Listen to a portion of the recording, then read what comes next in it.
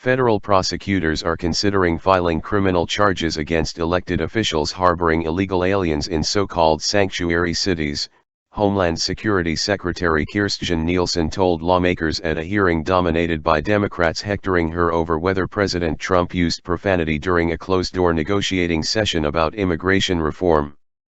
Jailing the leaders of sanctuary jurisdictions is long overdue.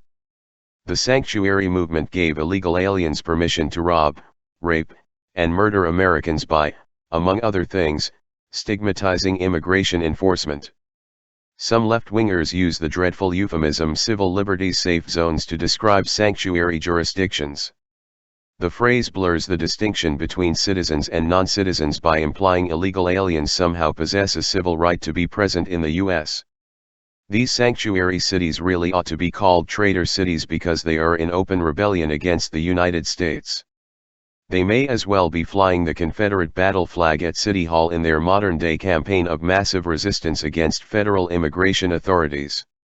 Nielsen's comments came in response to a question from Senator Kamala Harris, D. California, during a Senate Judiciary Committee hearing yesterday. Harris noted that Thomas D. Homan, acting director of U.S. Immigration and Customs Enforcement, ICE, an agency within DHS, told Fox News on January 4 this year that the U.S. Department of Justice had been asked to look into criminal charges for elected officials with sanctuary policies as they are harboring illegal aliens. "I believe the request was made," Nielsen said. "The Department of Justice is reviewing what avenues might be available. The context of this is of course not only putting my ICE officers at risk but also finding an efficient and effective way to enforce our immigration laws," Nielsen said. Harris's home state of California may become ground zero in the battle over enforcement of the nation's long-neglected immigration laws. Governor Jerry Brown, D., signed sanctuary state legislation October 5, dramatically curtailing the power of state and local law enforcement to hold, question, and transfer detainees at the request of federal immigration authorities. The law, which took effect New Year's Day in the state that is home to more than 2 million illegal aliens, has been attacked as unconscionable by U.S. Attorney General Jeff Sessions, who is trying to block federal crime-fighting grants from flowing to sanctuary jurisdictions. The Trump administration is gearing up to hit California with a series of major immigration raids to reinforce the primacy of federal immigration law, the San Francisco Chronicle reports.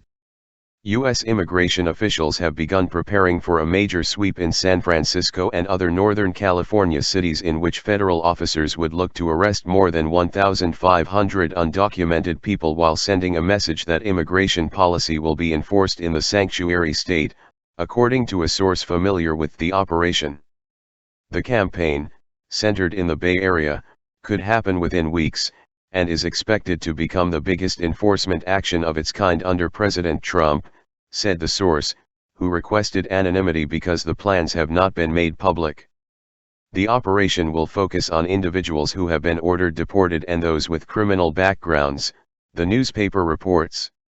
ICE's Homan previously warned that California better hold on tight. If local politicians don't want to protect their communities, then ICE will. The hearing came as a new DHS report concluded that u.s. federal courts convicted at least 549 people with international terrorism-related charges between September 11, 2001 and December 31, 2016, according to CBS News. 73% of them were foreign-born, and 148 of those convicted had become naturalized U.S. citizens. Apart from Harris, members of the Senate Judiciary Committee weren't too interested in what the Trump administration planned to do in sanctuary cities. They preferred to spend most of the hearing browbeating and bullying Secretary Nielsen over naughty words President Trump may have used in a meeting with lawmakers last Thursday over potential immigration reforms. A suspect Washington Post report based on unidentified sources claimed Trump referred to Haiti, El Salvador, and nations in Africa as shithole countries. Senate Minority Whip Dick Durbin, D.I.L., who attended the sit-down and has a track record of lying about Republicans, claims Trump used the language and that it somehow constitutes proof that the president is a racist. Trump, Senators David Perdue, RGA, and Tom Cotton, RARC, strenuously deny Trump used the vulgarism. At the hearing, Nielsen, who also attended the White House meeting, also denied Trump said it, saying she didn't remember the phrase being used at the meeting. The conversation was very impassioned. I don't dispute that the president was using tough language. Others in the room were also using tough language.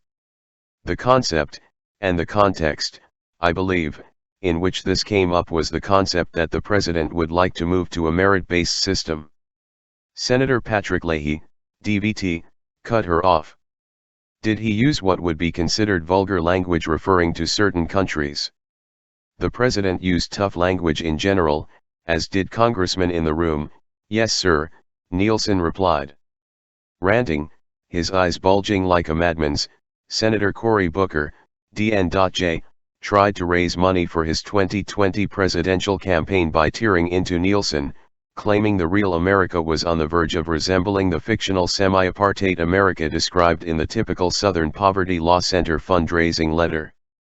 Your silence and your amnesia is complicity, Booker told her after blathering on about a supposed increase in white supremacist violence in the country that has so far been invisible to criminologists.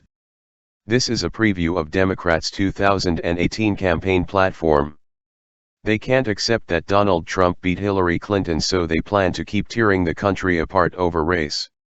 8 years of Barack Obama's race baiting and polarizing wasn't enough, as they see it. This article by Matthew Vadum.